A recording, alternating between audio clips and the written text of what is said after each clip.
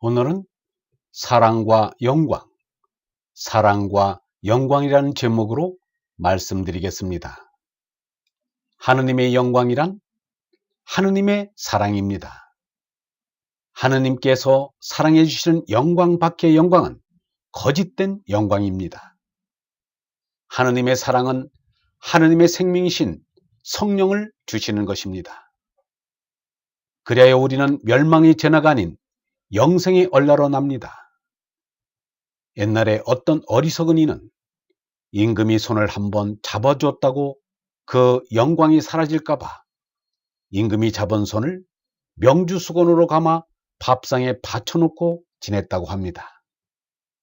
그 영광은 사람을 병신 만드는 영광입니다. 그런데 하느님으로부터 성령을 받아 얼라로 나서 하느님과 한 생명인 영원한 생명이 된다면 그 영광은 어떠한가?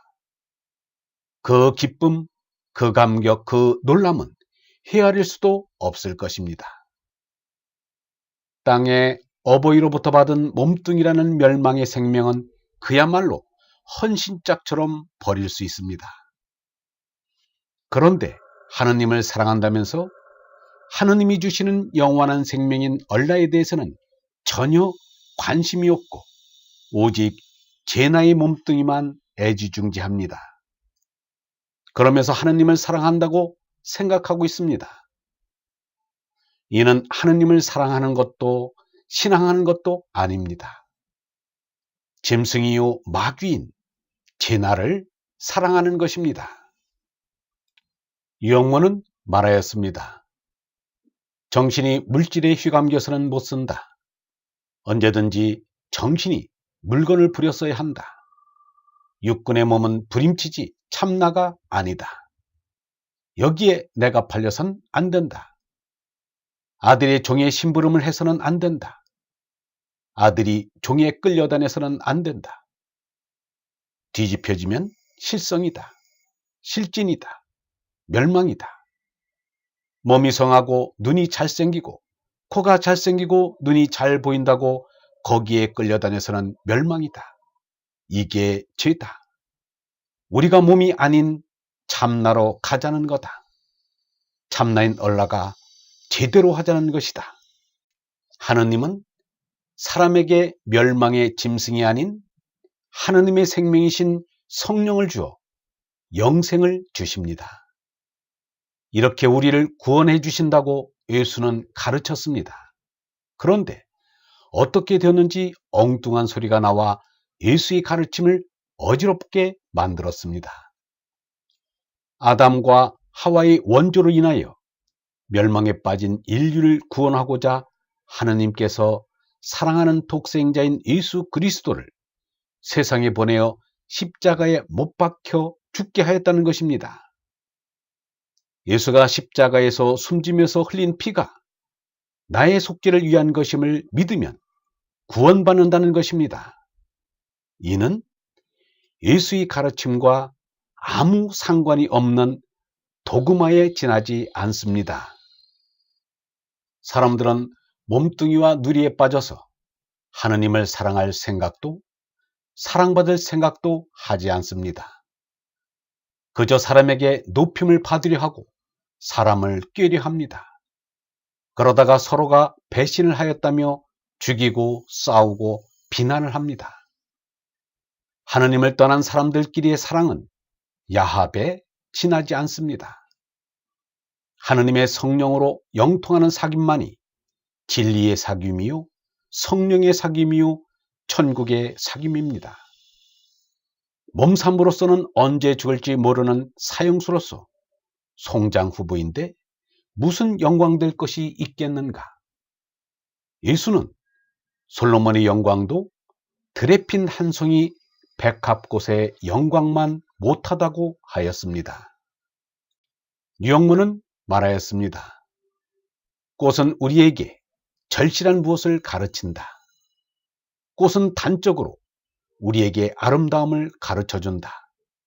그 꽃이 우리에게 이 땅 위에서 느끼는 미라는 것은 순간이라는 것을 해마다 우리에게 보여주고 있다.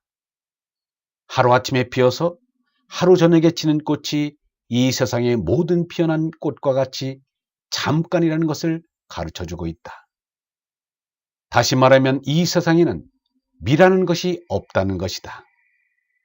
그리하여 이 땅 위에는 없는 미를 저 위 하늘에는 있을까 하고 하늘을 바라보고 느껴보는 데서 영원을 생각하게 된다. 예수가 우리에게 가르쳐준 영광은 하느님 아버지 안에 하나 되는 영광입니다. 하나님이 우리에게 보내주시는 영원한 생명인 성령으로 하나의 생명이 되는 것입니다.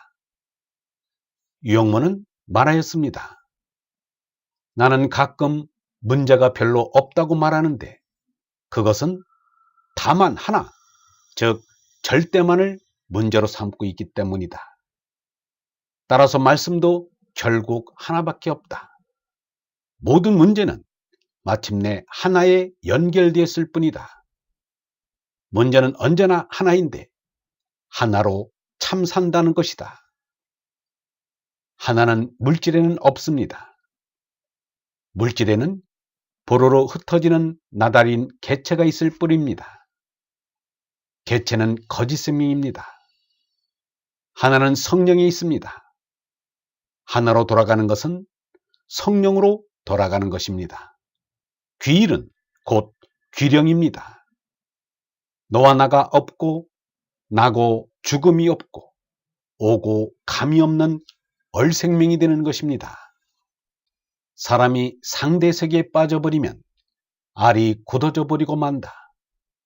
절대세계를 놓치고 아무것도 모르면서 무엇이든지 아는 것 같은 착각을 일으키게 된다. 그리하여 완고해지고 교만해지고 자기가 제일이라는 어리석음을 가지게 된다. 하느님을 찾는 사람은 하나님의 향대를 할 수 있는 신비를 느껴야 한다. 신비를 느끼려면 자신의 무지와 부지를 알아야 한다. 스스로가 아무것도 모르는 소자임을 깨달아야 한다. 하나는 아무것도 알 수 없는 영원한 신비이다. 이 하나를 임으로 그리워하고 사랑하는 것이 참 크리스천이 아닐까? 비행기가 활주를 굴러가다가 날아오르듯이 사람은 추리하다가 초월하게 된다. 그리하여 영원한 세계로 직입하여 직관하게 된다. 그런데 초월에 들어가는 것 같지만 사실은 자기 속에 자기의 밑둥을 파고 들어간다. 아버지가 따로 계시지 않는다. 소자가 되는 내 속으로 들어가는 것이 아버지께로 가는 것이다. 우리 인생은 한없이 작은 소자이지만 그러나 우리 생각의 것은 참을 찾아간다. 참되신 절대자는 우리 속에 참의 그점을 주었다. 그러나 우리의 속에는 그 참을 잘 알려고 하지 않는다.